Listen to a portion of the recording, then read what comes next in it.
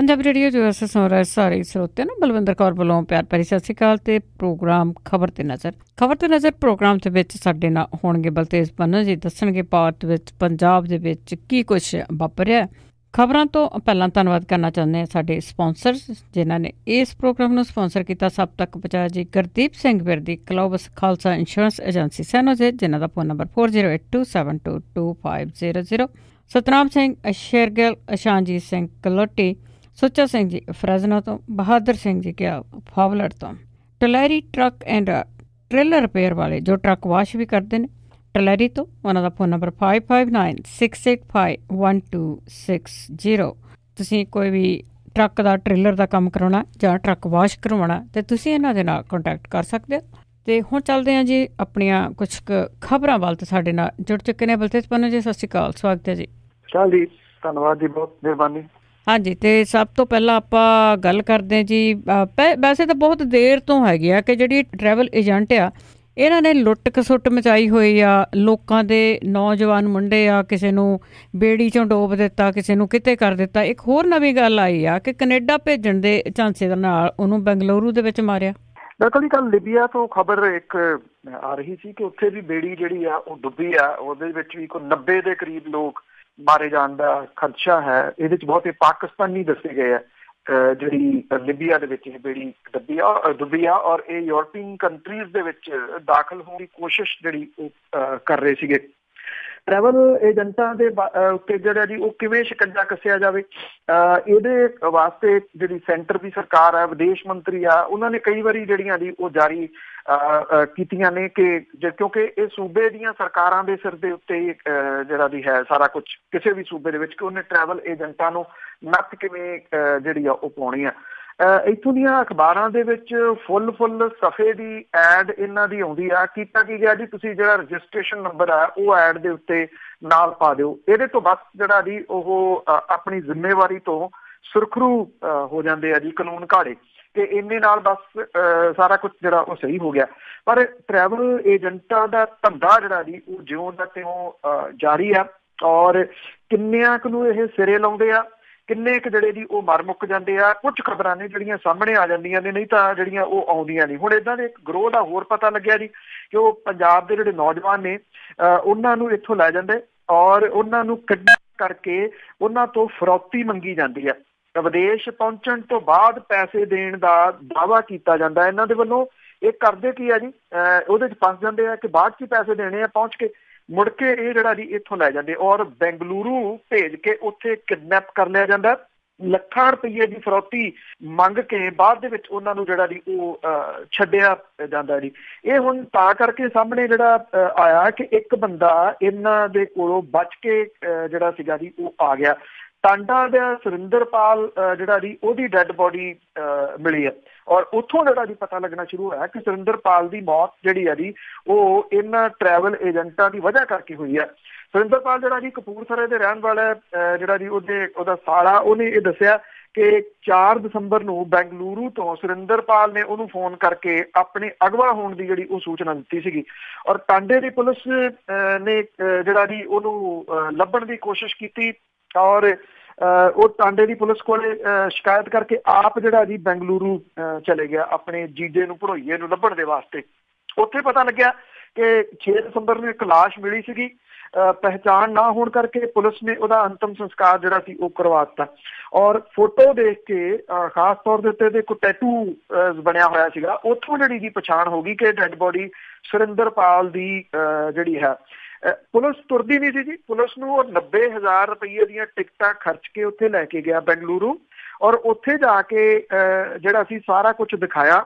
ਫਿਰ ਅੱਗੋਂ ਜਿਹੜਾ ਜੀ ਕਾਰਵਾਈ ਹੋਣੀ ਸ਼ੁਰੂ ਹੋਈ। ਹੁਣ ਜਿਹੜੇ SSP ਨੇ ਉਹ ਕਹਿੰਦੇ ਨੇ ਕਿ ਸ਼ੁਰੂਆਤੀ ਗਲਤੀ ਹੋਈ ਆ, ਪੁਲਿਸ ਨੂੰ ਆਪਣੇ ਖਰਚੇ ਦੇ ਉੱਤੇ ਜਾਣਾ ਚਾਹੀਦਾ ਸੀਗਾ, ਉਹਨੂੰ ਪੈਸੇ ਜਿਹੜੇ ਉਹ ਨਹੀਂ ਸੀ ਲਏ ਜਾਣੇ ਚਾਹੀਦੇ। ਇਹ ਟਰੈਵਲ ਏਜੰਟ ਕੋਈ ਹਰਮਿੰਦਰ ਸਿੰਘ ਸ਼ੈਲੀ ਜਿਹੜਾ ਜੀ ਉਹ ਦੱਸਿਆ ਗਿਆ, ਜਿਹੜਾ ਕਿ ਕੈਨੇਡਾ ਲਿਜਾਣ ਦਾ ਝਾਂਸਾ ਦਿੰਦਾ ਆ ਔਰ ਇਹ ਕਹਿੰਦਾ ਕਿ ਪੈਸੇ ਪਹੁੰਚਣ ਦੇ ਉੱਤੇ ਜਿਹੜੇ ਜੀ ਉਹ ਦੇਣੇ ਆ। ਔਰ ਇਹ ਜਿਹੜਾ ਵਿਅਕਤੀ ਇੱਥੋਂ ਜਿਹੜਾ ਛੁੱਟ ਕੇ ਆਇਆ, ਇੱਕ ਚੱਕ ਸ਼ਰੀਫ ਦਾ ਰਹਿਣ ਵਾਲਾ ਜਿਹੜਾ ਜੀ, ਉਹ ਕਹਿੰਦਾ ਕਿ 22 ਲੱਖ ਰੁਪਈਆ ਦੇ ਕੇ ਉਹਨੇ ਆਪਣੀ ਜਾਨ ਛੁਡਾਈ ਹੈ ਉਹਨੂੰ ਵੀ ਬੈਂਗਲੁਰੂ 에ਅਰਪੋਰਟ ਦੇ ਉੱਤੇ ਜਿਹੜਾ ਏਜੰਟ ਦਾ ਬੰਦਾ ਸੀਗਾ ਜੀ, ਉਹ ਇੱਕ ਘਰ ਦੇ ਵਿੱਚ ਲੈ ਗਿਆ। ਉੱਥੇ ਪਹਿਲਾਂ ਜਿਹੜੇ ਲੋਕ ਸੀ ਉਹਨਾਂ ਨੇ ਉਹਨੂੰ ਕੁੱਟਿਆ, ਔਰ ਉਹ ਇਹ ਦੱਸਦਾ ਹੈ ਕਿ 40 ਦੇ ਕਰੀਬ ਲੋਕ ਉਹਨੇ ਹੋਰ ਉੱਥੇ ਦੇਖੇ ਆ, ਜਿਹੜੇ ਕਿ ਇਹਨਾਂ ਨੇ ਜਿਹੜਾ ਜੀ ਉੱਥੇ ਬੰਦੀ ਬਣਾਏ ਹੋਏ ਸੀਗੇ, ਔਰ ਉਹਨਾਂ ਦੇ ਘਰਦਿਆਂ ਤੱਕ ਪਹੁੰਚ ਕਰਕੇ ਜਿਹੜਾ ਜੀ ਉਹ ਪੈਸੇ ਲੈਣ ਦੀ ਕੋਸ਼ਿਸ਼ ਕੀਤੀ ਜਾ ਰਹੀ ਸੀ। ਇਸ ਗਰੋਹ ਦਾ ਅਜੇ ਜਿਹੜਾ ਮੇਨ ਇਹ ਬੰਦਾ ਸ਼ੈਲੀ ਹੈ ਜੀ, ਕੋਈ ਕਾਬੂ ਦੇ ਵਿੱਚ ਪੁਲਿਸ ਦੇ ਨਹੀਂ ਆਇਆ। ਪੁਲਿਸ ਕਹਿੰਦੀ ਆ ਕਿ ਛੇਤੀ ਉਹਨੂੰ ਕਾਬੂ ਕੀਤਾ ਜਾਊਗਾ, ਅਜੇ ਉਹ ਭਗੌੜਾ ਦੱਸਿਆ ਜਾ ਰਿਹਾ। ਤੇ ਹੋ ਸਕਦਾ ਜੀ ਉਹਦਾ ਨਾਮ ਵੀ ਉਹ ਗਲਤ ਹੋਵੇ, ਠੀਕ ਨਾਂ ਨਹੀਂ ਹੋਊ। ਤੇ ਅੱਗੇ ਪੱਟੀ ਦੀ ਗੱਲ ਕਰੀਏ, ਪੱਟੀ ਦੇ ਵਿੱਚ ਦਿਨ ਦਿਹਾੜੇ ਲੁੱਟ ਤੇ ਗੋਲੀ ਮਾਰ ਕੇ ਹੱਤਿਆ। ਐਕਚੁਅਲੀ ਇਹ ਕੰਮ ਇੱਥੇ ਜਿਹੜਾ ਜੀ ਕੁਛ ਜ਼ਿਆਦਾ ਹੀ ਸ਼ੁਰੂ ਹੋ ਗਿਆ ਹੋਇਆ ਲੁੱਟਾਂ ਖੋਹਾਂ ਦਾ। ਇੱਥੇ ਇੱਕ ਕੈਨੇਡਾ ਤੋਂ ਆਈ ਔਰਤ ਜਿਹੜੀ ਸੀ ਜੀ, ਮੋਗੇ ਪਰਸੋਂ ਦੁਪਹਿਰੇ ਉਹਨੂੰ ਉਹਦੀ ਗਲ 'ਚ ਪਾਈ ਹੋਈ ਜਿਹੜੀ ਚੇਨ ਸੀਗੀ ਉਹਨੇ ਖਿੱਚਣ ਦੀ ਕੋਸ਼ਿਸ਼ ਕੀਤੀ। 50 ਫੁੱਟ ਤੱਕ ਜਿਹੜਾ ਜੀ ਉਹ ਧੂ ਕੇ ਲੈ ਗਏ ਜਿਹੜੇ ਲਟੇਰੇ ਸੀਗੇ ਜੀ, ਔਰ ਬਜਾਏ ਇਹਦੇ ਕਿ ਪਰਵਾਹ ਕੀਤਿਆਂ ਦੀ ਵੀ ਉਹਦੀ ਜਾਨ ਵੀ ਜਾ ਸਕਦੀ ਸੀਗੀ। ਤੇ ਕਈ ਵਾਰੀ ਜਿਹੜੀ ਹੈ ਜੀ ਉਹ ਗੱਲ ਆਖੀ ਆ ਕਿ ਜਿਹੜਾ ਇੱਥੇ ਸੋਨਾ ਵਗੈਰਾ ਪਾ ਕੇ ਜਿਹੜਾ ਉਹ ਨਾ ਨਿਕਲਿਆ ਜਾਵੇ। ਹੁਣ ਪ੍ਰੋਬਲਮ ਇਹ ਹੈ ਕਿ ਬੰਦਾ ਕਰੇ ਤਾਂ ਕਰੇ ਕੀ, ਕਿਉਂਕਿ ਜਿਹੜੇ ਜਾ ਰਹੇ ਨੇ ਬੈਂਕਾਂ ਦੇ ਵਿੱਚ ਉਹ ਸੁਰੱਖਿਅਤ ਜਿਹੜੇ ਉਹ ਨਹੀਂ ਹੈਗੇ, ਉਹ ਕਿਹੜੇ ਤਰੀਕੇ ਦੇ ਨਾਲ ਆਪਣੀ ਜਿਹੜੀ ਸੁਰੱਖਿਆ ਹੈ ਉਹ ਕਰਨ। ਹੁਣ ਉੱਥੇ ਆਲੇ ਦੁਆਲੇ ਜਿਹੜੇ ਉਹਨਾਂ ਨੂੰ ਵਾਚ ਕਰਨ ਵਾਲੇ ਆ, ਉਹਨਾਂ ਨੂੰ ਉਹ ਕਿਵੇਂ ਜਿਹੜਾ ਜੀ ਉਹ ਦੇਖਣ। ਕਿਤੇ ਨਾ ਕਿਤੇ ਤੁਸੀਂ ਕਹਿ ਲਓ ਕਿ ਰਲ ਮਿਲ ਕੇ ਹੀ ਇਹ ਜਿਹੜਾ ਕੰਮ ਹੋ ਰਿਹਾ। ਔਰ ਇਸੇ ਤਰ੍ਹਾਂ ਦੀ ਇਹ ਘਟਨਾ ਜਿਹੜੀ ਆ ਪੱਟੀ ਦੇ ਵਿੱਚ ਵਾਪਰੀ ਆ।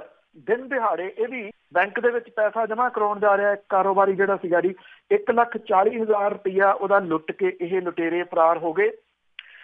ਇਹਨੇ ਐਕਚੁਅਲੀ ਵਿਰੋਧ ਕਰਨ ਦੀ ਕੋਸ਼ਿਸ਼ ਕੀਤੀ ਤਾਂ ਇੱਕ ਜਿਹੜਾ ਲੁਟੇਰਾ ਸੀਗਾ ਉਹਦੇ ਗੋਲੀ ਮਾਰ ਦਿੱਤੀ ਪੱਟ ਦੇ ਵਿੱਚ। ਅਜੀਤ ਜੈਨ ਨਾਮ ਦਾ ਜਿਹੜਾ ਜੀ ਇਹ ਵਪਾਰੀ ਸੀਗਾ, ਉਹਨੂੰ ਜਿਹੜੇ ਇਹ ਜਿੱਥੇ ਜਿਸ ਜਗ੍ਹਾ ਦੇ ਉੱਤੇ ਤਰਨਤਾਰਨ ਰੋਡ ਦੇ ਉੱਤੇ ਪੱਟੀ ਦੇ ਵਿੱਚ ਇਹ ਘਟਨਾ ਵਾਪਰੀ ਆ ਬੈਂਕ ਦੇ ਬਾਹਰ, ਉਹ ਬੜਾ ਬਿਜ਼ੀ ਏਰੀਆ ਹੈ। ਉੱਥੇ ਹਮੇਸ਼ਾ ਜਿਹੜੀ ਆਵਾਜਾਈ ਆ ਵੱਡੀ ਰਹਿੰਦੀ ਆ।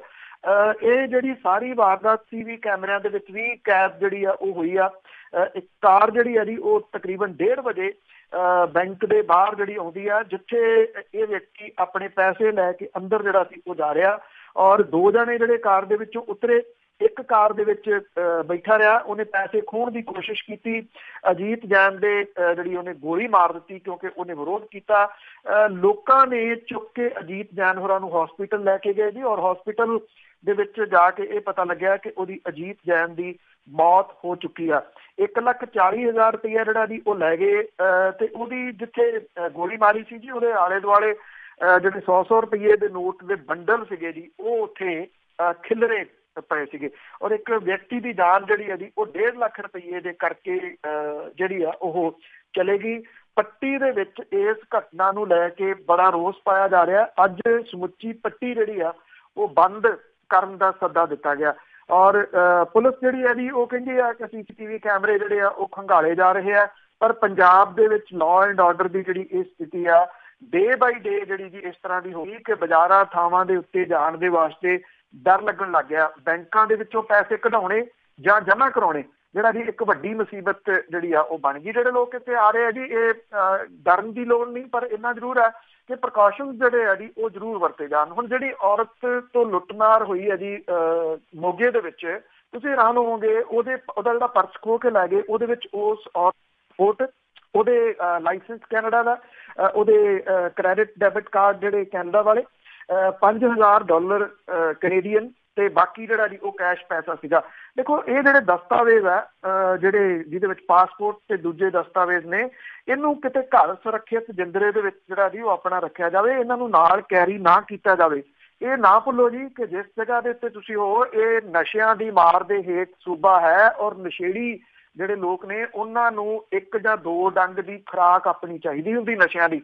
ਉਹ ਨਹੀਂ ਵੇਖਦੇ ਕਿ ਇਹਦੇ ਨਾਲ ਜਿਹੜਾ ਜੀ ਨੁਕਸਾਨ ਕਿੰਨਾ ਹੋਊਗਾ ਔਰ ਉਹ ਕਿਸ ਤਰੀਕੇ ਨਾਲ ਉਹਨੂੰ ਜਿਹੜਾ ਜੀ ਉਹ ਭੁਗਤਣਾ ਪਊਗਾ। ਹਾਂਜੀ ਜੀ ਬਿਲਕੁਲ। ਉੱਥੇ ਕਿਹੜਾ ਕੋਈ ID ਦੇਖਦਾ, ਆਪਣੀਆਂ ਆਈਡੀਆਂ ਘਰ ਵਿੱਚ ਰੱਖਣੀਆਂ ਚਾਹੀਦੀਆਂ, ਪਰ ਬਿਹਾਰ ਬਣਦਾ ਜਾ ਰਿਹਾ ਪੰਜਾਬ। ਤੇ ਅੱਗੇ ਭਾਜਪਾ ਦੀ ਗੱਲ ਕਰਦੇ ਹਾਂ ਜੀ। ਸਰਕਾਰ ਦੇ ਵਿੱਚ ਜਦੋਂ ਕੇਂਦਰ ਸਰਕਾਰ ਬਣੀ ਆ ਤਾਂ ਬਹੁਤ ਜ਼ਿਆਦਾ ਸੀਟਾਂ ਆ ਇਹਨਾਂ ਦੀਆਂ, ਅਜੇ ਵੀ ਬੱਲੇ ਬੱਲੇ ਆ, ਪਰ ਇਹਨਾਂ ਦੇ ਸਾਥੀ ਟੁੱਟਣ ਲੱਗ ਪਏ। ਵੈਸੇ ਕਹਾਵਤ ਤਾਂ ਪੁਰਾਣੀ ਹੈਗੀ ਹੈ ਜੀ, ਕਿਤੇ ਕਿਤੇ ਫੇਰ ਪੁਰਾਣੀਆਂ ਕਹਾਵਤਾਂ ਜਿਹੜੀਆਂ ਜੀ ਉਹ ਸੱਚ ਹੋ ਹੀ ਨਿਬੜਦੀਆਂ ਨੇ ਕਿ ਜਦੋਂ ਮਾੜੇ ਦਿਨ ਆਉਂਦੇ ਆ ਜੀ ਫਿਰ ਊਠ ਤੇ ਬੈਠੇ ਨੂੰ ਕੁੱਤਾ ਜਿਹੜਾ ਉਹ ਵੱਢ ਜਾਂਦਾ। ਤੁਸੀਂ ਕਹਿ ਲਓ ਕਿ ਜੋ ਕੁਛ ਜਿਸ ਤਰੀਕੇ ਦਾ ਜਿਹੜਾ ਜੀ ਉਹ ਚੱਲ ਰਿਹਾ ਇਸ ਵੇਲੇ ਜਿਹੜਾ ਵੇਖਿਆ ਜਾਵੇ ਤਾਂ ਭਾਰਤੀ ਜਨਤਾ ਪਾਰਟੀ ਕੋਲੇ 282 ਆਪਣੀਆਂ ਸੀਟਾਂ ਹੈਗੀਆਂ ਨੇ ਔਰ NDA ਜਿਹੜਾ ਜੀ ਉਹ 22 ਸੀਟਾਂ ਹੈ ਔਰ ਇਹਦੇ ਵਿੱਚ ਤੇਲਗੂ ਦੇਸ਼ਮ ਪਾਰਟੀ ਜਿਹੜੀ ਹੈ ਜੀ ਉਹ ਇੱਕ ਵੱਡੀ ਪਾਰਟੀ ਹੈ। ਆਂਧਰਾ ਪ੍ਰਦੇਸ਼ ਦੇ ਵਿੱਚ ਜਿਹੜਾ ਇਹਨਾਂ ਦਾ ਗੱਠਜੋੜ ਹੈ ਕੁੱਲ ਇਹਨਾਂ ਦੇ ਕੋਲੇ 176 ਸੀਟਾਂ ਹੈਗੀਆਂ ਨੇ, 125 ਤੇਲਗੂ ਦੇਸ਼ਮ ਪਾਰਟੀ ਕੋਲੇ ਆ ਤੇ 4 ਭਾਜਪਾ ਦੀਆਂ। ਜਿਹੜੀ ਤੇਲਗੂ ਦੇਸ਼ਮ ਪਾਰਟੀ ਆ ਉਹਨੇ ਭਾਜਪਾ ਦੇ ਨਾਲ 14 ਦੇ ਵਿੱਚ ਲੋਕ ਸਭਾ ਚੋਣਾਂ ਤੋਂ ਪਹਿਲਾਂ ਦੂਸਰੀ ਵਾਰੀ ਗੱਠਜੋੜ ਜਿਹੜਾ ਜੀ ਉਹ ਕੀਤਾ ਸੀਗਾ। ਹੁਣ ਹਾਲਾਤ ਜਿਹੜੇ ਆ ਜੀ ਥੋੜੇ ਬਦਲ ਰਹੇ ਆ। 19 ਦੀਆਂ ਲੋਕ ਸਭਾ ਚੋਣਾਂ ਤੋਂ ਪਹਿਲਾਂ ਰਾਜਨੀਤਿਕ ਸਮੀਕਰਨ ਜਿਹੜੇ ਆ ਜੀ ਲੱਗਦਾ ਜੀ ਥੋੜੇ ਟਰਨ ਹੋ ਰਹੇ ਆ। ਤੇਲਗੂ ਦੇਸ਼ਮ ਸਣੇ NDA ਦੇ ਵਿੱਚ ਸ਼ਾਮਲ ਕਰੀਬ ਅੱਧਾ ਦਰਜਨ ਫਿਲਹਾਲ ਜਿਹੜੇ ਆ ਭਾਜਪਾ ਤੋਂ ਨਾਰਾਜ਼ ਚੱਲ ਰਹੇ ਆ। ਸ਼ਿਵ ਸੈਨਾ ਤਾਂ ਗਠਬੰਧਨ ਤੋਂ ਪਾਸੇ ਜਿਹੜਾ ਜੀ ਉਹ ਹੋ ਹੀ ਗਈ ਹੈ। UP ਦੇ ਵਿੱਚ ਸੋਹਲਦੇਵ ਭਾਰਤੀ ਸਮਾਜ ਪਾਰਟੀ ਆਪਣਾ ਦਲ, ਬਿਹਾਰ ਦੇ ਵਿੱਚ ਲੋਕ ਸਮਤਾ ਪਾਰਟੀ, ਮਹਾਰਾਸ਼ਟਰ ਦੇ ਵਿੱਚ ਰਾਸ਼ਟਰੀ ਸਮਾਜ ਪੱਖ ਭਾਜਪਾ ਤੋਂ ਨਾਰਾਜ਼ ਚੱਲ ਰਹੀ ਹੈ। 8 ਰਾਜਾਂ ਦੇ ਵਿੱਚ ਵਿਧਾਨ ਸਭਾ ਚੋਣਾਂ ਹੋਣੀਆਂ ਨੇ। ਕਈ ਦਲ ਜਿਹੜੇ ਆ ਇਹਨਾਂ ਚੋਣ ਦੇ ਨਤੀਜਿਆਂ ਤੋਂ ਬਾਅਦ ਭਵਿੱਖ ਦੇ ਬਾਰੇ ਦੇ ਵਿੱਚ ਫੈਸਲਾ ਕਰ ਸਕਦੇ ਆ। ਸ਼ਿਵ ਸੈਨਾ ਤੋਂ ਬਾਅਦ ਹੁਣ ਮੋਦੀ ਸਰਕਾਰ ਦੀ ਦੂਸਰੀ ਸਭ ਤੋਂ ਵੱਡੀ ਸਹਿਯੋਗੀ ਤੇਲਗੂ ਦੇਸ਼ਮ ਪਾਰਟੀ ਜਿਹੜੀ ਆ ਉਹ NDA ਤੋਂ ਵੱਖਰੀ ਹੋ ਸਕਦੀ ਹੈ। ਪਾਰਟੀ ਆਮ ਬਜਟ ਦੇ ਵਿੱਚ ਆਂਧਰਾ ਪ੍ਰਦੇਸ਼ ਤੇ ਜਿਹੜਾ ਜੀ ਉਮੀਦ ਦੇ ਮੁਤਾਬਕ ਫੰਡ ਨਾ ਮਿਲਣ ਤੋਂ ਨਾਰਾਜ਼ ਹੈ। CM ਚੰਦਰਬਾਬੂ ਨਾਇਡੂ ਨੇ ਪਾਰਟੀ ਦੀ ਐਮਰਜੈਂਸੀ ਬੈਠਕ ਕੀਤੀ। ਜਿਹੜਾ ਕੱਲ ਨੂੰ ਸੰਸਦੀ ਬੋਰਡ ਦੀ ਬੈਠਕ ਹੋਊਗੀ ਇਹਦੇ ਵਿੱਚ ਚੰਦਰਬਾਬੂ ਕੇਂਦਰ ਤੇ ਰਾਜ ਦੇ ਵਿੱਚ ਭਾਜਪਾ ਦੇ ਨਾਲ ਗਠਬੰਧਨ ਜਿਹੜਾ ਜੀ ਉਹਨਾਂ ਦਾ ਗੱਠਜੋੜ ਜਿਹੜਾ ਉਹ ਤੋੜਨ ਜਾਂ ਜਾਰੀ ਰੱਖਣ ਦੇ ਵਾਸਤੇ ਫੈਸਲਾ ਲੈਣਗੇ। ਨਾਇਡੂ ਪਿਛਲੇ ਹਫ਼ਤੇ ਵੀ ਕਹਿ ਚੁੱਕੇ ਆ ਕਿ ਉਹਨੂੰ ਭਾਜਪਾ ਨੂੰ ਜਿਹੜਾ ਜੀ ਛੱਡਣ ਤੋਂ ਹੁਣ ਕੋਈ ਗਰੇਜ਼ ਨਹੀਂ ਹੋਊਗਾ। ਉਹਨਾਂ ਨੇ ਦਿੱਲੀ ਦੇ ਵਿੱਚ ਮੌਜੂਦ ਆਪਣੇ ਜਿਹੜੇ ਮੈਂਬਰ ਪਾਰਲੀਮੈਂਟ ਨੇ ਉਹਨਾਂ ਦੇ ਨਾਲ ਵੀ ਇਸ ਸੰਬੰਧੀ ਗੱਲਬਾਤ ਕੀਤੀ ਆ। ਤੇਲਗੂ ਦੇਸ਼ਮ ਪਾਰਟੀ ਦੇ ਜਿਹੜੇ ਮੈਂਬਰ ਪਾਰਲੀਮੈਂਟ ਨੇ TG ਵੈਂਕਟੇਸ਼ ਉਹਨੇ ਇਹ ਗੱਲ ਕਹੀ ਆ ਕਿ ਭਾਜਪਾ ਦੇ ਖਿਲਾਫ ਵਾਰ ਦੀ ਜਿਹੜੇ ਆ ਜੀ ਅਸੀਂ ਐਲਾਨ ਕਰਨ ਜਾ ਰਹੇ ਆ। ਉਹ ਕਹਿੰਦੇ ਸਾਡੇ ਕੋਲੇ 3 ਰਾਹ ਖੁੱਲੇ ਆ। ਪਹਿਲਾ NDA ਦੇ ਨਾਲ ਬਣੇ ਰਹੀਏ, ਦੂਜਾ ਜਿਹੜੇ ਸਾਡੇ ਮੈਂਬਰ ਪਾਰਲੀਮੈਂਟ ਨੇ ਅਸਤੀਫਾ ਦੇ ਦੇਣ, ਤੀਜਾ ਜਿਹੜਾ ਜੀ ਇਹ ਗਠਬੰਧਨ ਜਿਹੜਾ ਜੀ ਉਹਦੇ ਵਿੱਚੋਂ ਬਾਹਰ ਆ ਜਾਇਆ ਜਾਵੇ। ਤੇਲਗੂ ਦੇਸ਼ਮ ਪਾਰਟੀ ਦੇ ਨੇਤਾ ਤੇ ਕੇਂਦਰੀ ਮੰਤਰੀ ਸੁਜਾਨਾ ਚੌਧਰੀ ਇਹ ਕਹਿੰਦੀ ਆ ਕਿ ਬਜਟ ਦੇ ਵਿੱਚ ਆਂਧਰਾ ਪ੍ਰਦੇਸ਼ ਦੇ ਲੋਕਾਂ ਨੂੰ ਨਿਰਾਸ਼ਾ ਹੋਈ ਆ। ਕੇਂਦਰ ਨੂੰ ਜਿਹੜਾ ਜੀ ਉਹ ਰਾਜਾਂ ਦੇ ਪ੍ਰੋਜੈਕਟਾਂ ਦੇ ਵਾਸਤੇ ਫੰਡ ਦੇਣਾ ਚਾਹੀਦਾ ਸੀਗਾ। ਆਂਧਰਾ ਪ੍ਰਦੇਸ਼ ਦੇ ਉਹ ਕਹਿੰਦੇ ਕਿ ਹਿੱਤਾਂ ਦੇ ਨਾਲ ਅਸੀਂ ਕੋਈ ਸਮਝੌਤਾ ਨਹੀਂ ਕਰਾਂਗੇ। ਆਂਧਰਾ ਪ੍ਰਦੇਸ਼ ਦੀ ਜੇ ਆਪਾਂ ਗੱਲ ਕਰੀਏ ਨੈਸ਼ਨਲ ਲੈਵਲ ਦੇ ਉੱਤੇ ਤਾਂ ਇਹਦੀ ਚਰਚਾ ਇਸ ਵੇਲੇ ਜਿਹੜੀ ਹੈਗੀ ਆ ਕਿ ਜਗਨ ਮੋਹਨ ਰੈਡੀ ਵਾਲੀ ਜਿਹੜੀ YSR ਹੈ ਉਹ ਕਾਂਗਰਸ ਭਾਜਪਾ ਦੇ ਨਾਲ ਹੱਥ ਮਿਲਾ ਸਕਦੀ ਹੈ ਕਿਉਂਕਿ YSR ਕਾਂਗਰਸ ਦੇ ਵੱਡੇ ਨੇਤਾਵਾਂ ਦੇ ਭਾਜਪਾ ਦੇ ਜਿਹੜੇ ਸੀਨੀਅਰ ਨੇਤਾ ਨੇ ਉਹਨਾਂ ਦੇ ਨਾਲ ਮੁਲਾਕਾਤ ਹੋ ਚੁੱਕੀ ਆ। ਦਸੰਬਰ ਦੇ ਵਿੱਚ YSR ਜਿਹੜੀ ਹੈ ਜੀ ਉਹ ਵਿਜੇ ਸਾਈ ਰੈਡੀ ਨੇ PM ਮੋਦੀ ਹੋਰਾਂ ਦੇ ਨਾਲ ਮੁਲਾਕਾਤ ਜਿਹੜੀ ਹੈ ਜੀ ਉਹ ਕੀਤੀ ਸੀ। ਉਹ ਅਮਿਤ ਸ਼ਾਹ ਦੇ ਵੀ ਕਾਫੀ ਕਰੀਬੀ ਨੇ ਔਰ 19 ਦੇ ਵਿੱਚ ਲੋਕ ਸਭਾ ਚੋਣਾਂ ਦੇ ਨਾਲ ਵਿਧਾਨ ਸਭਾ ਚੋਣਾਂ ਵੀ ਹੋਣੀਆਂ ਔਰ ਜਿਹੜੀ ਤੇਲਗੂ ਦੇਸ਼ਮ ਪਾਰਟੀ ਆ ਅੱਜ ਦੇ ਵਿੱਚ ਭਾਰਤੀ ਜਨਤਾ ਪਾਰਟੀ ਤੋਂ ਵੱਖਰੀ ਹੋ ਕੇ ਜਨਤਾ ਨੂੰ ਇਹ ਦੱਸਣਾ ਚਾਹੁੰਦੀ ਆ ਕਿ ਉਹ ਰਾਜ ਤੇ ਜ਼ਿਆਦਾ ਵਿਕਾਸ ਜਿਹੜਾ ਕੇਂਦਰ ਸਰਕਾਰ ਕਰ ਸਕਦੀ ਆ ਪਰ ਕੇਂਦਰ ਸਰਕਾਰ ਤੋਂ ਉਹਨੂੰ ਸਹਿਯੋਗ ਨਹੀਂ ਜਿਹੜਾ ਜੀ ਉਹ ਮਿਲਿਆ। ਭਾਜਪਾ ਨੇ 19 ਦੇ ਜਿਹੜੇ ਚੋਣਾਂ ਨੇ ਉਹਦੇ ਵਿੱਚ 380+ ਸੀਟਾਂ ਜਿੱਤਣ ਦਾ ਜਿਹੜਾ ਜੀ ਉਹ ਟੀਚਾ ਰੱਖਿਆ।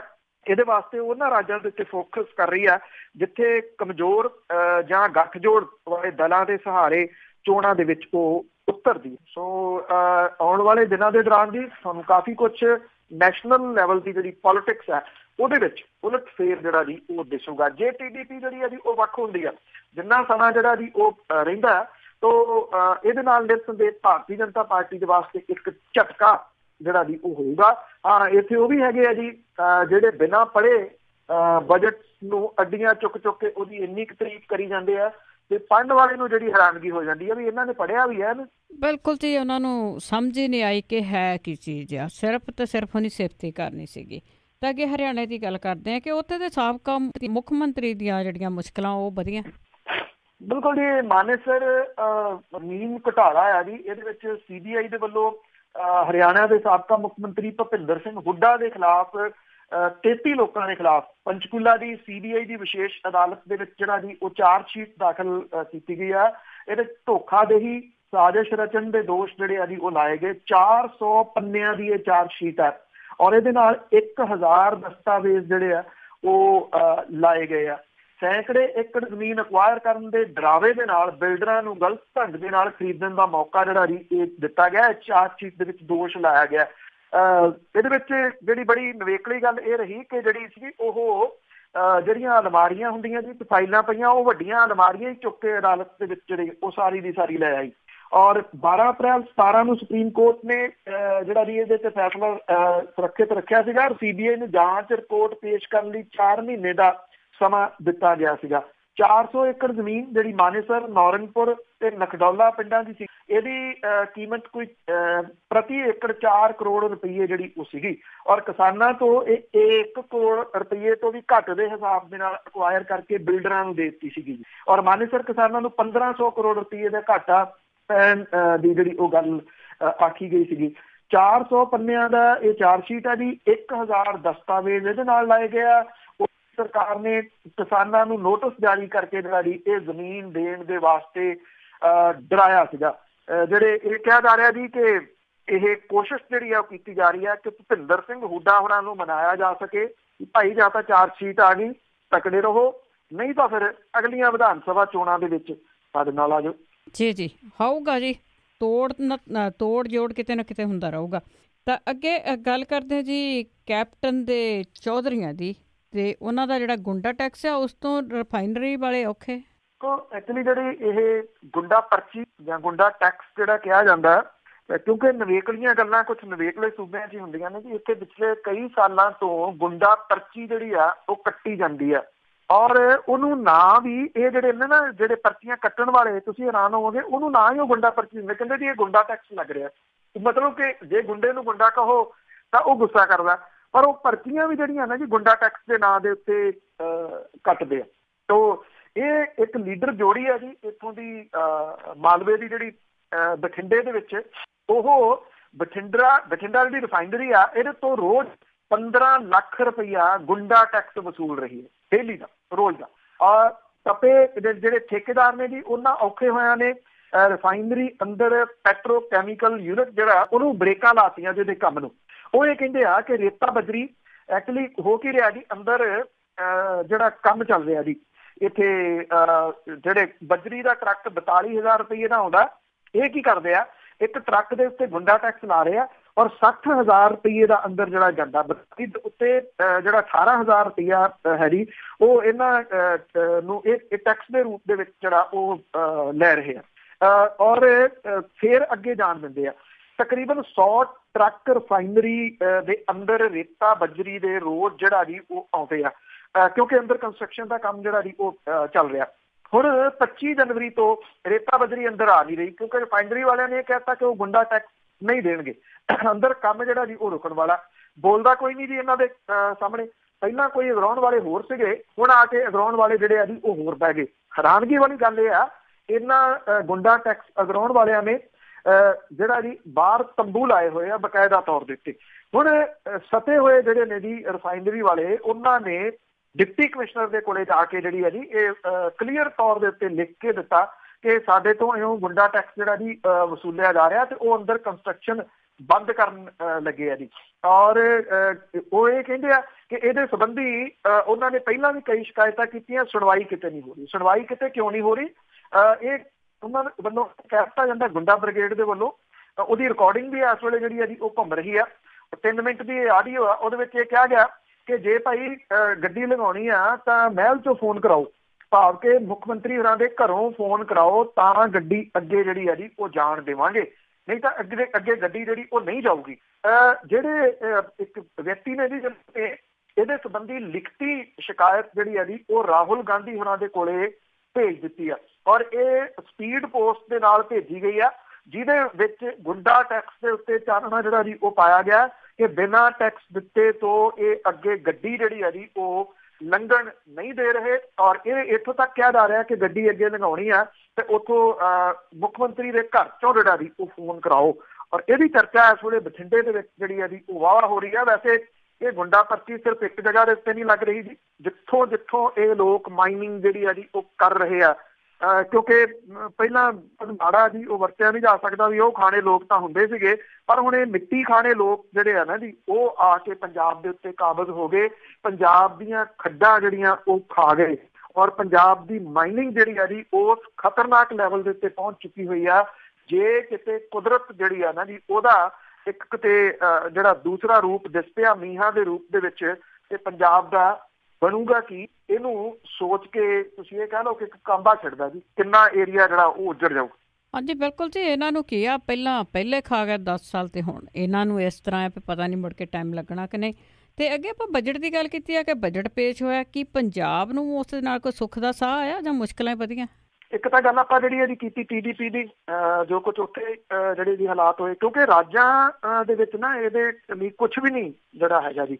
ਇੱਕ ਤਾਂ ਜਿਹੜੀ ਮੁਸ਼ਕਲ ਪੰਜਾਬ ਦੇ ਵਾਸਤੇ ਜਾਂ ਸੂਬਿਆਂ ਦੇ ਵਾਸਤੇ ਖੜੀ ਹੋ ਰਹੀ ਹੈ ਕਿ ਇੱਕ ਟੈਕਸ ਜਿਹੜਾ ਉਹ ਲਾਇਆ ਗਿਆ ਪੈਟਰੋਲ ਤੇ ਡੀਜ਼ਲ ਤੋਂ, ਮੈਂ ਅੱਗੇ ਵੀ ਇਹਦੀ ਡਿਟੇਲ ਦੱਸੀ ਸੀ, ਦੂਜਾ ਲਾ ਦਿੱਤਾ ਗਿਆ। ਜਿਹੜਾ ਰਾਜਾਂ ਨੂੰ ਆਉਂਦਾ ਸੀ ਉਹ ਲਾ ਦਿੱਤਾ, ਤੇ ਜਿਹੜਾ ਕੇਂਦਰ ਨੂੰ ਆਉਂਦਾ ਉਹ ਲਾ ਦਿੱਤਾ। ਇਹਦੇ ਨਾਲ ਪੈਟਰੋਲ ਡੀਜ਼ਲ ਤਾਂ ਸਸਤਾ ਨਹੀਂ ਹੋਇਆ, ਭਗਤਾਂ ਨੇ 2 ਘੰਟੇ ਭੰਗੜਾ ਵੀ ਪਾ ਲਿਆ ਕਿ ਲਓ ਜੀ ਸਾਡੀ ਸਰਕਾਰ ਨੇ 2.5 ਰੁਪਏ 4 ਰੁਪਏ ਜਿਹੜਾ ਜੀ ਉਹ ਰੇਟ ਘਟਾਤਾ, ਪਰ ਇਹ ਭੰਗੜਾ ਬਹੁਤੀ ਦੇਰ ਚੱਲਿਆ ਨਾ, ਕਿਉਂਕਿ ਇਹ ਪਤਾ ਲੱਗ ਗਿਆ ਜੀ ਨਹੀਂ ਦੂਜੇ ਰੂਪ ਦੇ ਵਿੱਚ ਟੈਕਸ ਜਿਹੜਾ ਜੀ ਉਹ ਆ ਗਿਆ। ਹੁਣ ਜਿਹੜੀ ਸਿਹਤ ਸੁਰੱਖਿਆ ਯੋਜਨਾ ਜਿਹੜੀ ਉਲੀਕੀ ਗਈ ਆ, ਉਹਦੀ ਬੱਲੇ ਬੱਲੇ ਤਾਂ ਜਿਹੜੀ ਕੇਂਦਰ ਦੀ ਸਰਕਾਰ ਕਰਾ ਰਹੀ ਆ ਕਿ ਅਸੀਂ ਜੀ ਇਹਦੇ ਵਿੱਚ ਜਿਹੜੀਆਂ ਉਹ 5 ਲੱਖ ਪਰਿਵਾਰ ਜਿਹੜੇ ਆ ਉਹ ਲੈ ਲੈਣੇ ਆ, 5 ਕਰੋੜ ਲੋਕਾਂ ਦਾ ਸਿਹਤ ਬੀਮਾ ਜਿਹੜਾ ਜੀ ਉਹ ਕੀਤਾ ਜਾਊਗਾ। ਪਰ ਇਹ ਜਿਹੜਾ ਜੀ ਨਹੀਂ ਦੱਸਿਆ ਜਾ ਰਿਹਾ ਕਿ ਇਹਦੇ ਵਿੱਚ ਸੂਬੇ ਜਿਹੜੇ ਨੇ ਉਹ ਕਿੰਨਾ ਯੋਗਦਾਨ ਪਾਉਣਗੇ, ਕਿੰਨਾ ਪਾਉਣਗੇ, 60-40 ਦਾ, ਭਾਵ ਕਿ 60% ਜਿਹੜਾ ਜੀ ਇਹਦੇ ਵਿੱਚ ਪਾਊਗੀ ਕੇਂਦਰ ਦੀ ਸਰਕਾਰ, 40% ਜਿਹੜੀ ਆ ਉਹ ਸੂਬੇ ਦੀ ਸਰਕਾਰ ਨੂੰ ਮੈਚਿੰਗ ਗ੍ਰਾਂਟ ਦੇ ਰੂਪ ਦੇ ਵਿੱਚ ਜਿਹੜਾ ਉਹ ਪਾਉਣਾ ਪਊਗਾ। ਹੁਣ ਜਿਹੜੇ ਸੂਬੇ ਦੇ ਹਾਲਾਤ ਇਹ ਬਣੇ ਪਏ ਆ ਕਿ ਉਹ ਕਿਸ਼ਤਾਂ ਦੇ ਵਿੱਚ ਤਨਖਾਹਾਂ ਦੇਣ ਦੀਆਂ ਗੱਲਾਂ ਜਿਹੜੀ ਜੀ ਉਹ ਕਰ ਰਹੀ ਆ, ਉਹ ਜੇ ਇਹ ਜਿਹੜੇ ਇਹਦੇ ਵਿੱਚ ਨਹੀਂ ਪਾਊਗੀ ਤੇ ਇੱਥੇ ਯੋਜਨਾ ਜਿਹੜੀ ਹੈ ਜੀ ਉਹ ਲਾਗੂ ਨਹੀਂ ਹੋਊਗੀ। ਸਿਹਤ ਵਿਭਾਗ ਨੂੰ ਰਾਜ ਦੇ ਵਿੱਚ ਸ਼ੁਰੂ ਕੀਤੀ ਜਾਣ ਵਾਲੀ ਇਹ ਯੂਨੀਵਰਸਲ ਸਿਹਤ ਬੀਮਾ ਯੋਜਨਾ ਇਹਦੇ ਨਾਲੋਂ ਕਿਤੇ ਬਿਹਤਰ ਜਿਹੜੀ ਆ ਉਹ ਲੱਗ ਰਹੀ ਹੈ। ਸਿਹਤ ਮੰਤਰੀ ਨੇ ਵਿਭਾਗ ਦੇ ਅਧਿਕਾਰੀਆਂ ਨਾਲ ਮੀਟਿੰਗ ਦੇ ਵਿੱਚ ਇਹ ਕਿਹਾ ਸੀ ਕਿ ਜਿਹੜੀ ਕੇਂਦਰ ਦੇ ਵੱਲੋਂ ਸਿਹਤ ਯੋਜਨਾ ਦੇ ਬਾਰੇ ਜਿਹੜਾ ਕਿਹਾ ਜਾ ਰਿਹਾ ਇਹ ਤਾਂ ਸਾਨੂੰ ਠੀਕ ਜਿਹੜਾ ਬੈਠਣਾ ਨੀਗਾ। ਅਰੁਣ ਜੇਤਲੀ ਹੋਰਾਂ ਨੇ 1 ਫਰਵਰੀ ਨੂੰ ਜਿਹੜਾ ਪੇਸ਼ ਕੀਤਾ ਗਿਆ ਬਜਟ ਹੈ ਇਹਦੇ ਵਿੱਚ 10 ਕਰੋੜ ਪਰਿਵਾਰਾਂ ਲਈ ਕੌਮੀ ਸਿਹਤ ਸੁਰੱਖਿਆ ਯੋਜਨਾ ਸ਼ੁਰੂ ਕਰਨ ਦਾ ਐਲਾਨ ਕੀਤਾ ਸੀਗਾ। 50 ਕਰੋੜ ਗਰੀਬਾਂ ਦੀ ਸਿਹਤ ਸੰਭਾਲ ਵਾਸਤੇ 5 ਲੱਖ ਰੁਪਈਆ ਮੁਹੱਈਆ ਜਿਹੜਾ ਜੀ ਉਹ ਕਰਾਇਆ ਜਾਊਗਾ ਇਹਦੇ ਵਾਸਤੇ। ਹੁਣ ਪੰਜਾਬ ਸਰਕਾਰ ਇਸ ਤੋਂ ਪਹਿਲਾਂ 13 ਦੇ ਵਿੱਚ ਕੇਂਦਰ ਦੀ ਰਾਸ਼ਟਰੀ ਸਵਾਸਥ ਬੀਮਾ ਯੋਜਨਾ ਵੀ ਜਿਹੜੀ ਉਹ ਬੰਦ ਕਰ ਦਿੱਤੀ ਸੀਗੀ ਜੀ, ਜਿਹਦੇ ਰਾਜ ਦੀ ਮੈਚ ਗ੍ਰਾਂਟ ਦਾ ਜਿਹੜਾ ਸੀਗਾ ਜੀ ਉਹ 75-25 ਸੀਗਾ, ਭਾਵ ਕਿ 75% ਜਿਹੜਾ ਉਹ ਪਾਉਂਦੀ ਸੀ ਕੇਂਦਰ ਦੀ ਸਰਕਾਰ ਤੇ 25% ਪਾਉਂਦੀ ਸੀ ਸੂਬੇ ਦੀ। ਹੁਣ ਇਹ 60-40 ਵਾਲਾ ਜਿਹੜਾ ਜੀ ਉਹ ਕਿਵੇਂ ਫਿੱਟ ਬੈਠੂਗਾ, ਕਿਉਂਕਿ ਇਹ ਤਾਂ ਉਦੋਂ ਵੱਧ ਗਿਆ। ਪੰਜਾਬ ਸਰਕਾਰ ਭਾਈ ਕਨ੍ਹਈਆ ਸਿਹਤ ਬੀਮਾ ਯੋਜਨਾ ਤੇ ਭਗਤ ਪੂਰਨ ਸਿੰਘ ਸਿਹਤ ਬੀਮਾ ਸਕੀਮ ਜਿਹੜਾ ਜੀ ਉਹ ਚਲਾ ਰਹੀ ਹੈ। ਇਹਦੇ ਤਹਿਤ ਕਿਸਾਨਾਂ, ਵਪਾਰੀਆਂ, ਮਜ਼ਦੂਰਾਂ ਤੇ ਜਿਹੜੇ ਨੀਲੇ ਕਾਰਡ ਹੋਲਡਰ ਨੇ ਜੀ ਉਹਨਾਂ ਦਾ 50,000 ਰੁਪਏ ਤੱਕ ਦਾ ਮੁਫਤ ਇਲਾਜ ਜਿਹੜਾ ਜੀ ਉਹ ਕੀਤਾ ਜਾ ਰਿਹਾ। ਕਿੰਨਿਆਂ ਦਾ ਹੁੰਦਾ ਉਹ ਬਾਤ ਵਾਲੀ ਜਿਹੜੀ ਗੱਲ ਹੈ। ਸਰਕਾਰ ਇਹ ਸਮਝਦੀ ਆ ਕਿ ਜਿਹੜਾ ਇਹ ਚਲਾਈ ਜਾ ਰਹੀ ਯੋਜਨਾ ਆ ਇਹਨੂੰ ਪ੍ਰਚਾਰਿਆ ਜਾਵੇ ਜਾਂ ਜਿਹੜਾ ਕੇਂਦਰ ਸਰਕਾਰ ਦੀ ਜਿਹੜੀ ਯੋਜਨਾ ਉਹਦੇ 'ਚ ਲਿਆਂਦਾ ਜਾਵੇ, ਕਿਉਂਕਿ ਜੇ ਤਾਂ ਉਹ ਇਹਨੂੰ ਪ੍ਰਚਾਰਦੇ ਆ ਲੋਕ ਇਹ ਕਹਿਣਗੇ ਪੁਰਾਣੀ ਇਹ ਤਾਂ ਜਿਹੜੀ ਇਹਦੀ ਉਹ ਯੋਜਨਾ ਹੈ ਇਹਨੂੰ ਕਿਤੇ ਜਿਹੜਾ ਜੀ ਉਹ ਫਿੱਟ ਕਰ ਲੈਣ ਕਿ ਨਵੀਂ ਜਿਹੜੀ ਕੇਂਦਰ ਵਾਲੀ ਆਈ ਆ ਭਾਈ ਉਹਦੇ ਤਹਿਤ ਇਲਾਜ ਕਰਾਓ। ਜੇ ਉਹਦੇ ਤਹਿਤ ਇਲਾਜ ਕਰਾਉਣ ਦੀ ਗੱਲ ਆਉਂਦੀ ਤੇ ਫਿਰ ਜਾਂ ਤਾਂ ਉਹਨੂੰ ਇਹ ਹੋਊਗਾ ਕਿ ਜਿਹੜੀਆਂ ਯੋਜਨਾਵਾਂ ਨੇ ਇਹ ਬੰਦ ਕਰਨੀਆਂ ਪੈਣਗੀਆਂ ਪੰਜਾਬ ਵਾਲੀਆਂ। ਜੇ ਪੰਜਾਬ ਵਾਲੀਆਂ ਬੰਦ ਕਰਦੇ ਆ ਤੇ ਉੱਥੋਂ ਮੁਸ਼ਕਲ ਜਿਹੜੀ ਆਊਗੀ। ਜੇ ਕੇਂਦਰ ਵਾਲੀ ਸ਼ੁਰੂ ਕਰਦੇ ਆ ਤੇ ਪੰਜਾਬ ਵਾਲੀਆਂ ਚਾਲੂ ਰੱਖ ਕੇ ਕੇਂਦਰ ਵਾਲੀ ਨਾਲ ਜਿਹੜੀ ਆ ਉਹਦੇ 'ਚ 40% ਹਿੱਸਾ ਜਿਹੜਾ ਜੀ ਉਹ ਕਿੱਥੋਂ ਆਊਗਾ। ਰੈਵਨਿਊ ਦੇ ਤਾਂ ਹਾਲਾਤ ਜਿਹੜੇ ਆ ਜੀ ਉਹ ਇਹ ਬਣੇ ਪਏ ਆ ਕਿ ਅੱਜ ਕੀ ਵਾਰ ਹੈ, ਭੜਕ ਦੇ ਪੈਸੇ ਕਿੱਥੋਂ ਲਿਆਉਣੇ ਆ ਤੇ ਪਰਸੋਂ ਜਿਹੜੇ ਆ ਉਹ ਕਿਹਦੇ ਤੋਂ ਲੈ ਕੇ ਕੱਲ ਵਾਲੇ ਨੂੰ ਦੇਣੇ ਆ। ਹਾਲਾਤ ਜਿਹੜੇ ਜੀ ਮੌਜੂਦਾ ਖਜ਼ਾਨੇ ਦੇ ਇਹ ਬਣੇ ਪਏ ਆ। ਸੋ ਸ਼ਾਇਦ ਪੰਜਾਬ ਵਾਂਗੂ ਕੋਈ ਹੋਰ ਸੂਬਾ ਇੰਨਾ ਨਾ ਫਸਿਆ ਹੋਇਆ ਹੋਵੇ, ਇੰਨੇ ਮੰਦੇ ਹਾਲਾਤਾਂ ਦੇ ਵਿੱਚ ਨਾ ਹੋਵੇ, ਕਿਉਂਕਿ ਪਿਛਲੇ 10 ਸਾਲਾਂ ਦੇ ਦੌਰਾਨ ਜੋ ਪੰਜਾਬ ਦੇ ਵਿੱਚ ਜਿਹੜਾ ਜੀ ਉਹ ਹੋਇਆ ਉਹਨੇ ਹਾਲਾਤ ਜਿਹੜੇ ਜੀ ਐਸੇ ਪੈਦਾ ਕੀਤੇ ਹੋਏ ਆ ਕਿ ਯੋਜਨਾਵਾਂ ਦੇ ਵਿੱਚ ਆਪਣਾ ਬਣਦਾ ਹਿੱਸਾ ਪੰਜਾਬ ਹੁਣ ਨਹੀਂ ਪਾ ਸਕੂਗਾ। ਜੀ ਬਿਲਕੁਲ, ਜਿਸ ਤਰ੍ਹਾਂ ਪੰਜਾਬ ਦਾ ਹਾਲ ਦੀ ਆਪਾਂ ਰੋਜ਼ ਗੱਲ ਕਰਦੇ ਹਾਂ, ਫਿਰ ਜਿਹੜੇ ਕਰ ਗਏ ਆ ਉਹਨਾਂ ਦੇ ਅਗੇਂਸਟ ਕੋਈ ਵੀ ਨਹੀਂ ਬੋਲ ਰਿਹਾ। ਜਿਸ ਤਰ੍ਹਾਂ ਹੋਰ ਸਟੇਟਾਂ ਦੇ ਵਿੱਚ ਵੀ ਹੋ ਰਿਹਾ ਆ, ਹੋਰ ਪੁਰਾਣੀਆਂ ਗੱਲਾਂ ਪੁੱਟੀਆਂ ਜਾ ਰਹੀਆਂ, ਪਰ ਇਹ ਇਸੇ ਤਰ੍ਹਾਂ ਦਮ ਗਜੇ ਮਾਰਦੇ ਫਿਰਦੇ ਆ। ਅਤੇ ਅੱਗੇ ਕੇਜਰੀਵਾਲ ਦੇ ਗੱਲ ਕਰਦੇ ਆ ਕਿ ਕੇਜਰੀਵਾਲ ਤੇ ਮਾਣਹਾਨੀ ਦਾ ਜੇਤਲੀ ਨੇ ਇੱਕ ਕੇਸ ਪਾਇਆ ਸੀ ਤੇ ਕੇਜਰੀਵਾਲ ਨੇ 250 ਸਵਾਲ ਉਹਨੂੰ ਪੁੱਛੇ ਆ, ਪਰ ਜੇਤਲੀ ਹੁਣ ਤਰੀਕਾਂ ਤੇ ਨਹੀਂ ਆ ਰਿਹਾ। ਬਿਲਕੁਲ ਜੀ, ਐਕਚੁਅਲੀ ਇਹ ਮਾਮਲਾ ਬੜਾ ਭਖਿਆ ਸੀਗਾ ਜਦੋਂ ਜਿਹੜਾ ਵੀ ਅਰਵਿੰਦ ਕੇਜਰੀਵਾਲ ਹੋਰਾਂ ਨੇ ਦੋਸ਼ ਇਹ ਲਾਏ ਸੀਗੇ ਤੇ ਅਰੁਣ ਜੇਤਲੀ ਜਦੋਂ 1999 ਤੋਂ ਲੈ ਕੇ 13 ਤੱਕ ਦਿੱਲੀ ਜਿਹੜੀ ਕ੍ਰਿਕਟ ਐਸੋਸੀਏਸ਼ਨ ਆ ਇਹਦੇ ਪ੍ਰਧਾਨ ਸੀਗੇ। ਉਸ ਟਾਈਮ ਦੇ ਉੱਤੇ ਇੱਥੇ ਭ੍ਰਿਸ਼ਟਾਚਾਰ ਬਹੁਤ ਜਿਹੜਾ ਜੀ ਉਹ ਹੋਇਆ ਸੀਗਾ। ਉਹਨਾਂ ਨੇ ਤੱਥਾਂ ਦੇ ਤਹਿਤ ਕੁਝ ਦਸਤਾਵੇਜ਼ ਜਾਰੀ ਕੀਤੇ ਸੀਗੇ। ਬਜਾਏ ਕਿ ਇਹਦਾ ਜਵਾਬ ਦਿੱਤਾ ਜਾਂਦਾ, ਅਰੁਣ ਜੇਤਲੀ ਹੋਰਾਂ ਨੇ ਮਾਣਹਾਨੀ ਦਾ ਮੁਕੱਦਮਾ ਜਿਹੜਾ ਜੀ ਉਹ ਕਰ ਦਿੱਤਾ ਸੀਗਾ ਅਰਵਿੰਦ ਕੇਜਰੀਵਾਲ ਤੇ ਉਹਦੇ ਕਈ ਸਾਥੀਆਂ ਦੇ ਉੱਤੇ। ਹੁਣ ਦਿੱਲੀ ਹਾਈ ਕੋਰਟ ਦੇ ਵਿੱਚ ਜਿਹੜੇ ਦਿੱਲੀ ਦੇ ਮੁੱਖ ਮੰਤਰੀ ਨੇ ਅਰਵਿੰਦ ਕੇਜਰੀਵਾਲ ਹੋਰਾਂ ਨੇ 12 ਫਰਵਰੀ ਤੱਕ ਜਿਹੜਾ ਮਾਮਲਾ ਕੀਤਾ ਸੀਗਾ ਜੀ। ਦਿੱਲੀ ਹਾਈ ਕੋਰਟ ਨੇ ਇਹ ਕਿਹਾ ਕਿ 12 ਫਰਵਰੀ ਤੱਕ ਅਰਵਿੰਦ ਕੇਜਰੀਵਾਲ ਹੋਰਾਂ ਦੇ ਵੱਲੋਂ ਪੁੱਛੇ ਗਏ ਸਵਾਲਾਂ ਦਾ ਜਵਾਬ ਜਿਹੜਾ ਜੀ ਉਹ ਦਿੱਤਾ ਜਾਵੇ। ਦਿੱਲੀ ਹਾਈ ਕੋਰਟ ਨੇ ਕਿਹਾ ਕਿ ਕੇਂਦਰੀ ਮੰਤਰੀ ਜਿਹੜੇ ਅਰੁਣ ਜੇਤਲੀ ਨੇ ਉਹ ਇਹਨੂੰ ਕੰਪਲੀਟ ਕਰਨ ਔਰ 12 ਫਰਵਰੀ ਤੱਕ ਇਹ ਨਿਬੇੜਨ। ਕੋਰਟ ਕਹਿੰਦੀ ਆ ਕਿ ਜਿਹੜੇ ਅਰਵਿੰਦ ਕੇਜਰੀਵਾਲ ਨੇ ਉਹਨਾਂ ਨੇ 250 ਸਵਾਲ ਜਿਹੜੇ ਆ ਸੀਗੇ ਕਿ ਇਹਦੇ ਉਹ ਜਵਾਬ ਦੇਣ, ਫਿਰ ਇਹ ਜਿਹੜੀ ਹੈ ਜੀ ਉਹ ਮੁਕੰਮਲ ਹੁੰਦੀ ਆ। ਜਿਹੜੇ ਜੇਤਲੀ ਸਾਹਿਬ ਨੇ ਜੀ ਉਹਨਾਂ ਨੇ ਕੇਜਰੀਵਾਲ ਤੇ ਆਮ ਆਦਮੀ ਪਾਰਟੀ ਦੇ 5 ਹੋਰ ਨੇਤਾਵਾਂ ਦੇ ਖਿਲਾਫ ਇਹ ਮਾਨਹਾਨੀ ਦਾ ਕੇਸ ਦਾਇਰ ਕੀਤਾ ਹੋਇਆ।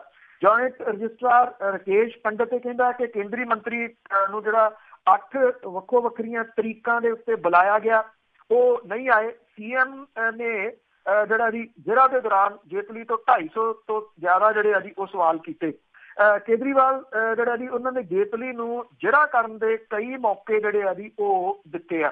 ਅਜੇ ਤੱਕ ਇਹ ਕਿਹਾ ਗਿਆ ਜੀ ਕਿ ਸਿਵਾਏ ਸਿਰਫ ਕੋਈ 5-7 ਸਵਾਲਾਂ ਦੇ ਇਹ ਤੋਂ ਵੱਧ ਜਵਾਬ ਨਹੀਂ ਦਿੱਤੇ ਜਾ ਸਕੇ। ਹੁਣ ਸਵਾਲ ਕਿ ਜਿਵੇਂ ਫਰਵਰੀ ਦਾ ਇਹ ਪਹਿਲਾ ਹਫ਼ਤਾ ਚੱਲ ਰਿਹਾ, ਦੂਸਰੇ ਹਫ਼ਤੇ ਤੱਕ ਜਿਹੜਾ ਜੀ ਉਹ ਟਾਈਮ ਮਿਲਿਆ।